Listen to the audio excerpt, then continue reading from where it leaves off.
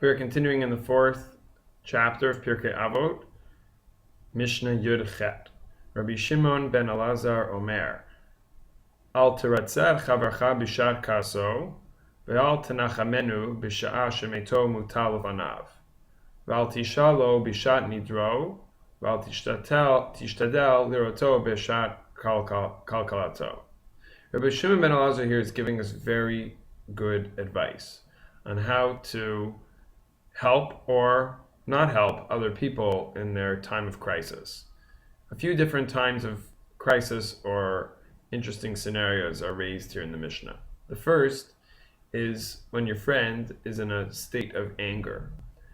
You should not try to appease them. Al tiratzeh chavercha b'shat kaso.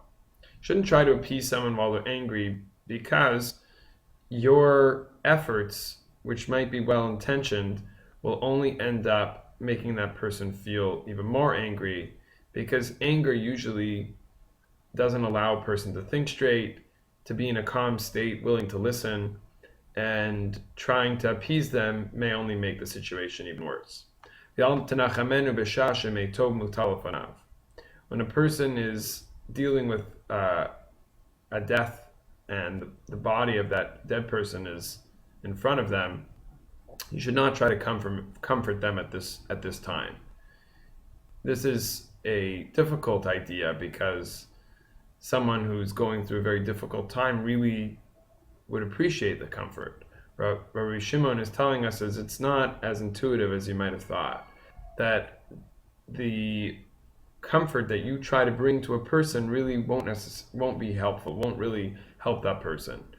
All that person really needs is right now just to be with that mate, that death that's really sitting right in front of them, and to kind of go through the process of mourning. This might be connected to the idea that we're not really supposed to engage in conversation when we come to a shiva house. We're supposed to wait for the person who's sitting in avelut, who's sitting shiva over the death, for them to engage us in conversation. Our attempts at comfort might come at the expense of getting in the way of the cathartic experience of getting over or going through the process of mourning, which is really essential and really what mourning is supposed to be about. The third piece of advice Rabbi Shimon ben Elazar teaches is Val tish'al lo bishat nidro. When a person is making a vow, you shouldn't ask them details about the vow that they're taking. The idea here is that when a person is making a vow, they want to concentrate on what they're saying, and you might end up confusing them or getting them flustered, or even worse, getting them to say back to you, if you ask them a detail of their vow, they might say to you, oh, well, I'm meaning it unconditionally, and then they might obviously not have meant that and end up making a vow that they regret, that they're not able to undo afterwards.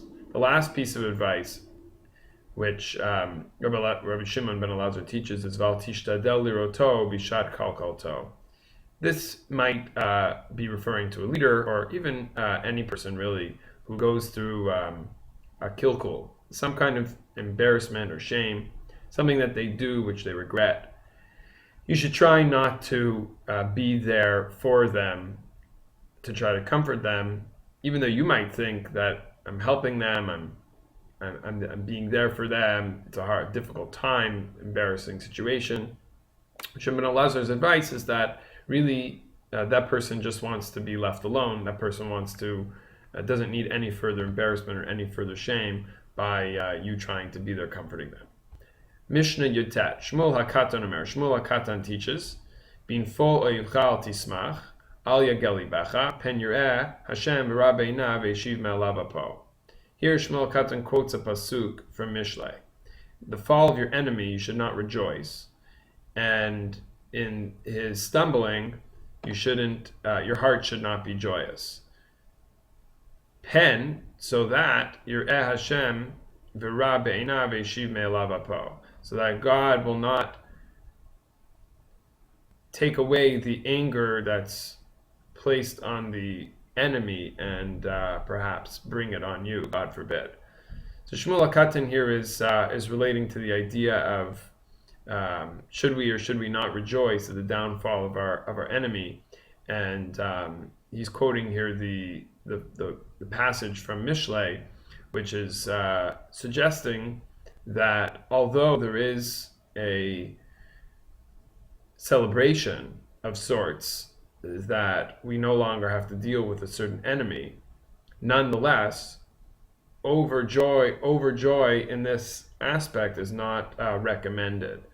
The example that many quote is from the Kriyat Yamsuf, when the Egyptians are drowned in the sea, when the sea caves in after the Jews go through safely. Commentaries in the Gemara teaches us that the Malachei Hasharet, the angels of God, wanted to sing a song of joy, a Hallel of sorts, as they saw the Egyptian army being destroyed. And God said, my creations are drowning in the sea, and you want to sing a song. The idea behind this is that we don't rejoice over the death of human beings, although one may rejoice over the elimination of evil, or the fact that we don't have to fight an enemy anymore.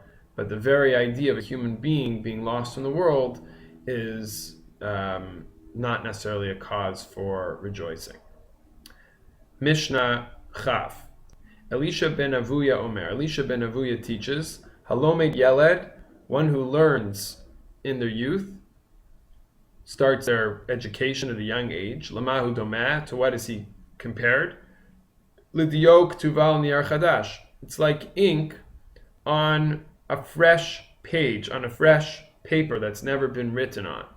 V'alomed zakein lamahu domeh, l'diok tuval al niyar machuk. A person who learns at an older age, and an advanced age, he's compared to lamahu domeh, he's compared to l'diok tuval niyar machuk. He's compared to ink, dio, which is written on a paper that's erased, niyar machuk.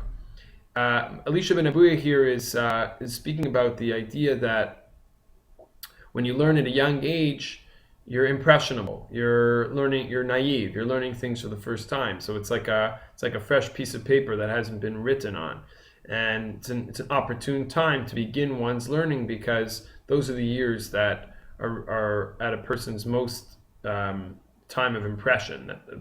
You'll remember things better. You'll be hearing for the first time. You'll have a lot of excitement at that time. So that's Halomed Yeled.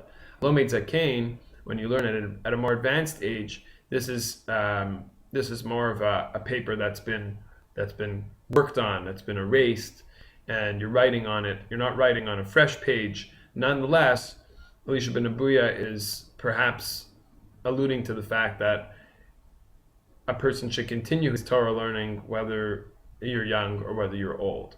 The next part of the Mishnah, Rabbi Yossi bar Yehuda, Ish Kfar HaBavli Omer. Rabbi Yossi bar Yehuda teaches Halomed min aktanim lamahu domeh, a person who learns from young children. To what is he compared? L'ochel anavim kehot v'shoteh yain migeto. He's compared to a person who eats grapes that are not ripe, or drinks wine that's unfermented, right out of the vat. This is perhaps a more negative approach than what Elisha ben Abuya was teaching. Elisha ben Abuya was saying that, maybe what a person learns when they're young is actually a very positive thing, because it's new, it's fresh, it has purity to it, perhaps, and Rabbi Yossi bar Yehuda is saying maybe so, but we shouldn't learn from them, because it's not ripe, it hasn't been processed, it takes maturity and aging and years of learning and deepening of knowledge in order for that original learning to actually become something more significant.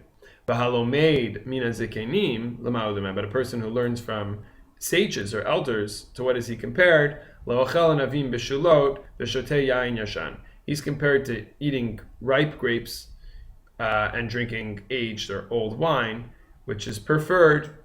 And Rabbi Yossi bar Yehuda here is teaching us that we should rather find a teacher who's older, who's more mature, who's more developed in their learning, than a teacher who's young. Rabbi Omer, the last statement of the Mishnah, Rabbi teaches. Some versions have this as Rabbi Meir. Al tistakel bakankan el b'meh sheyesh bo. Do not look inside of the canister, but rather at the canister. Sorry, al tistakel bakankan, at the canister, meaning the external, the outside of the canister. El b'meh sheyesh bo, rather what's inside of it. Yesh kankan chadash malay yashan, v'yashan shafilu chadash ein bo.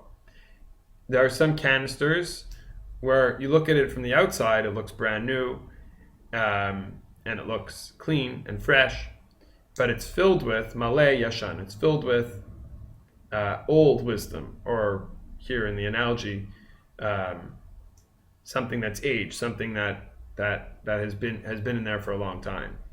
And then there are v'yashan, where you look from the external, it seems as if it's matured, it's aged, it has something of value. Shafilu chadash ein bo, but it doesn't even have anything inside of it that's new. Here, the message of this last line is that externals are not looks can be deceiving. That's the phrase.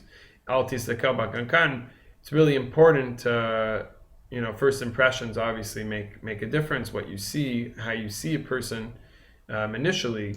But it's important to give people a chance to get to know them, to see what they're really about, to see if there's something inside, not just to focus on the externals, because often when we find out what's inside, we're able to contend with maybe something that we didn't necessarily approve of on the outside.